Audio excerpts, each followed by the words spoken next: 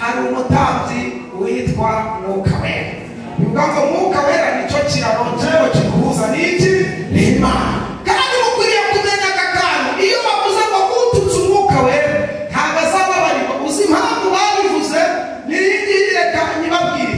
Impamvu nuko mu isezerano rya kera haje Imana ibana n'Abisirayeli mu buryo bw'ihema, irangije iragenda, imaze kugenda yohereza Yesu. Yesu arangije aragenda. Yesu ntabwo ahita yohereza Mwuka Wera. Bivuze mu kirere, biravuze ngo mu isezerano rya kera uwahemukiye Imana afite amahirwe ko inyuma hari Yesu uzaza akamwunga n'Imana. Hanyuma ku bwa Yesu, umuntu wahemukiye Yesu akamutuka akanamusuzugura, afite amahirwe cy'inyuma hari Mwuka Wera uzaza akamwunga na Yesu.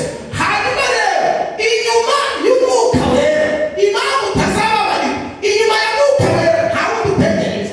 Biravuze ngo Mwuka Wera ari gukina finali, azaba hano ku isi ajyanye itorero arizamukanya Imana ihimbawe. Niyo mpamvu ugomba gukizwa hakiri kare. Nta wundi uzatunga n'Imana uri inyuma. Finali ni iyi ngiyi, Mwuka Wera azagenda ajyanye itorero. Kandi icyo mvuga iravuga ngo iyo uko kujyana itorero bizagwa mu kanya ko guhunga. Uzi impamvu Imana yanze kubishyira Rolati? Imana yo ibishyira muri Rolati ikabaza amanuza rero, mugomba kujya mu ijuru muri Rolati, ukagenda gutya uzamuka gake gake, wari kuzagera nko muri metero 10 wareba bakabiri basigaye. Ati twarababwiraga mukanga gukizwa mukabone umuriro bake. Imana ikabatongera umanuka, uracyafite amatiku, uracyafite amatiku, ongera umanuke. Ntabwo mwari kuzagerayo mwese, ariko kubera ko Imana izi imibare yaravuze ati nzabikora ko mu kanya ko guhuza kugira atazagira uwishongora. Izajya ikanga kutavuga ngo twagiye uri mu isoko, uri mu gitanda, tuzagenda barokore. Imana ishimwe mu kanya ko guhuza. Ntabwo bizadusaba ngo tujye gusezera. Oya, egaraka nshaka kugusezeraho nagira Mose ukabati yoya twitwayoboranaga n'amasengesho atereko Mana uyu nguyu sindamusiga, ukavuga turacyari kunzi sisigara. None ni mu kanya ko guhuza ducaho.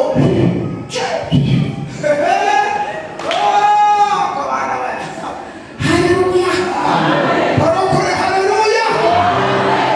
Wa muntu wicaye mu ikiganza ubwenda bera tuzataha, ugenda bera tuzataha. Igihugu kirahari, igihugu kirateguye, icyo amaso yacu atari yabona, amatwi yacu atari yumva, tubikiwe muri icyo gihugu tuzabibona.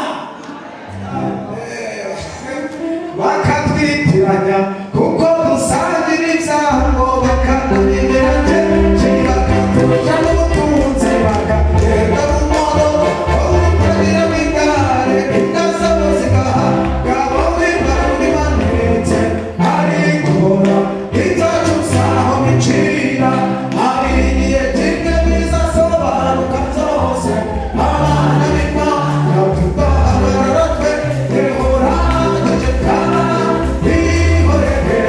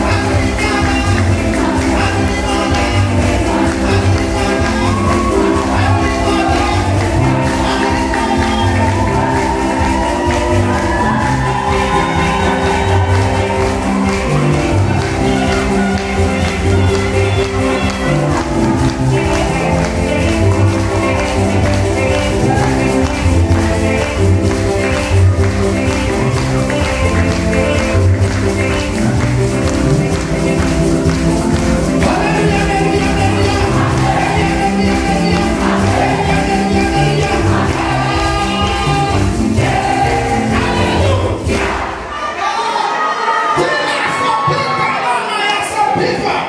Naje kukubwira ngo amavuta akiza abohora n'ayamuka.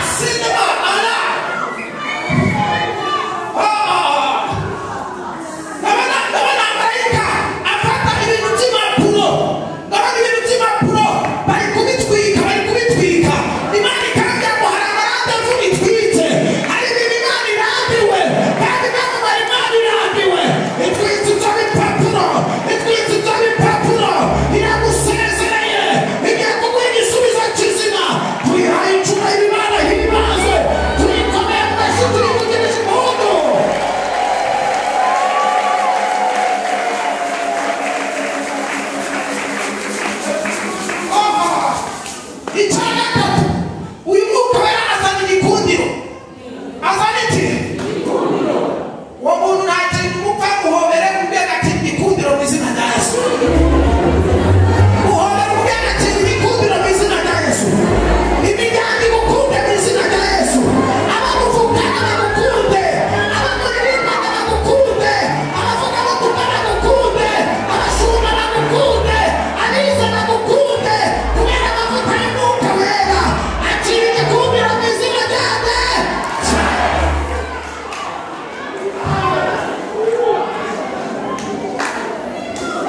Turakuvana umwuka w'icyangiro, turakuvana umwuka wose utuma imiryango mutavugana neza. Turategeka kubwira amavuta y'umwuka wera, wakira igikundiro mu izina rya Yesu. Abakubenze turatangaza ko batazongera kukubemba. Washyizweho igikundiro mu izina rya Yesu. Abakubwira nabi ntabwo bazongera kukubwira nabi. Washyizweho amavuta y'igikundiro. Mwuka wera atanga igikundiro. Bose murabona mutahunze mwebwe. Aho se irayi ivuge ko utahunze. Murumva mutahunze mwebwe. Kugira se hari iki? Ni ukubera amavuta ya mwuka wera. Mwuka wera atanga igikundiro. Nawe Imana iguhe igikundiro mu izina rya Yesu. Ukubita mu kiganza ubwira akira igikundiro mu izina rya Yesu. Akira igikundiro Imana iguhaye. Akira igikundiro mama. Akira igikundiro papa. Akira igikundiro aho utaha. Akira igikundiro mu kazi. Akira igikundiro utwaye imodoka. Akira igikundiro utwaye moto. Akira igikundiro ukora aho ngaho. Tera haleluya. Akira igikundiro.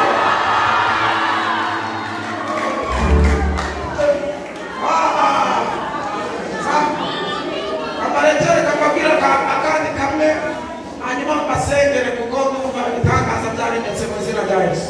Amen. Imana yo ni Imana.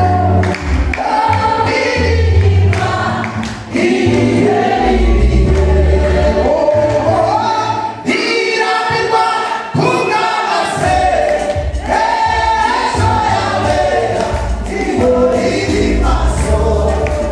Irambirwa